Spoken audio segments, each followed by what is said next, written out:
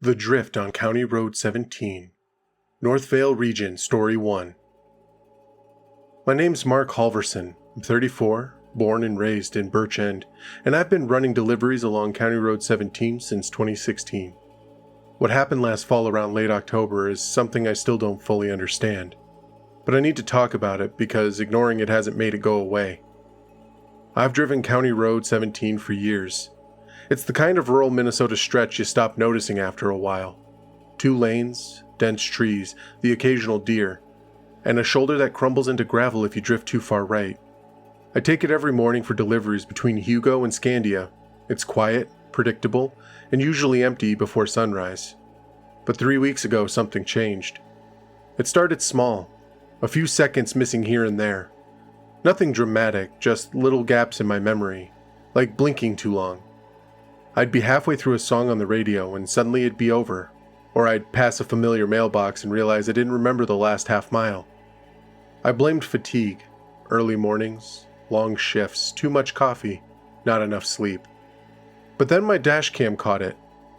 I review footage sometimes, mostly out of habit. That morning, I noticed the truck drifted slightly left 3 separate times. Not enough to cross the center line, but enough to be noticeable. Each drift happened during one of those missing seconds. The wheel turned on its own, just a hair, like someone nudged it. I didn't touch the wheel. I know I didn't.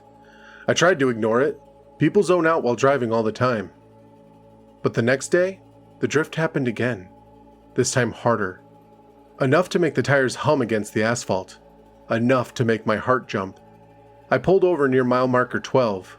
Right where the trees thinned out and the road dipped slightly. I stepped out, walked around the truck, checked the tires, checked the steering column. Everything looked fine. Then I saw the tracks. Fresh tire marks ran parallel to mine, just inches away. Same direction, same pace, but there was no vehicle.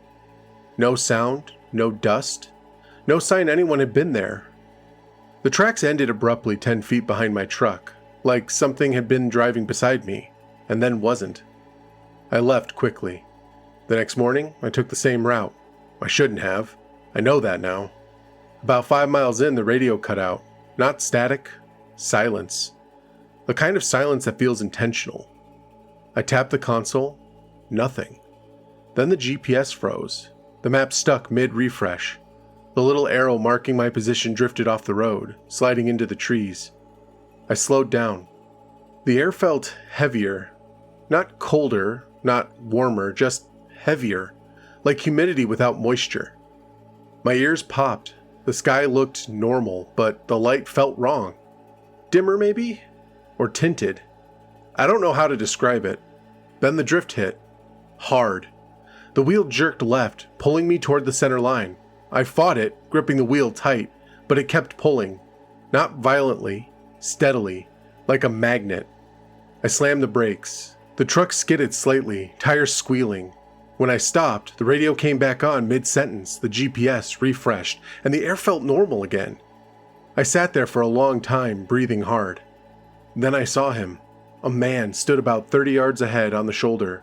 Tall, thin, wearing a dark jacket. He wasn't facing me, he was turned toward the trees, head tilted slightly like he was listening to something. I blinked, and he was gone. No movement, no footsteps, no sound. Just gone. I didn't get out. I didn't want to. I drove forward slowly, scanning the trees. Nothing. No sign of him. But when I passed the spot where he'd stood, my headlights flickered. Just once.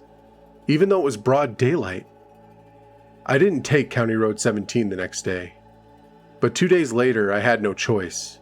A detour on Highway 61 forced me back onto 17. I tried to stay calm. It was just a road, just asphalt and trees. About 3 miles in, the drift started again. Small at first, then stronger. The wheel tugged right this time, toward the shoulder. I fought it, but the pull grew. My arms strained, the truck veered slightly, tires crunching gravel. Then the engine died. No sputter, no warning, just dead. I coasted to a stop. The silence was immediate and absolute. No birds, no wind, no distant traffic, just the faint hum of something I couldn't place, like a vibration under the ground. I stepped out.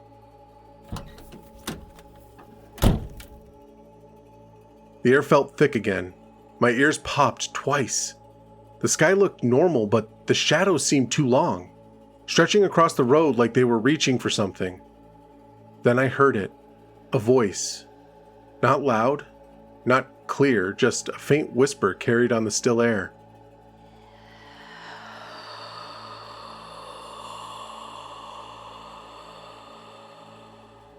It sounded like my name.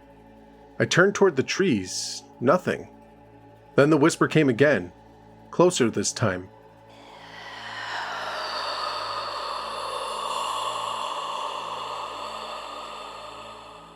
Not from the trees, from the ditch. I stepped toward it, heart pounding. The ditch was shallow, filled with dead leaves and old runoff channels. Nothing unusual. But then I saw the tracks. Fresh tire marks, 2 sets. One mine, one beside mine. The parallel tracks ran perfectly straight, matching my path exactly. But they didn't belong to any vehicle. They were too narrow, too deep, too precise. Like something heavy had moved alongside me, perfectly in sync.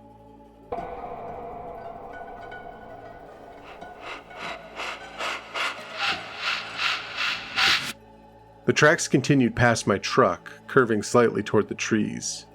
I followed them. They led about 20 feet into the woods, then stopped abruptly at a patch of disturbed soil. The ground looked pushed down, compressed, like something had rested there.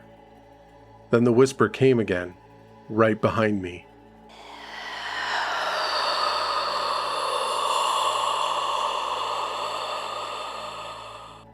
I spun around. Nothing. But the air shifted. The shadows moved. The ground vibrated softly like a distant engine idling beneath the earth. I backed away slowly. When I reached the truck, the engine started on its own. I didn't question it. I drove fast. The drift didn't happen again that day, or the next, but the dashcam caught something I didn't see. A faint silhouette standing on the shoulder near mile marker 12. Tall, thin, facing the trees. The same man.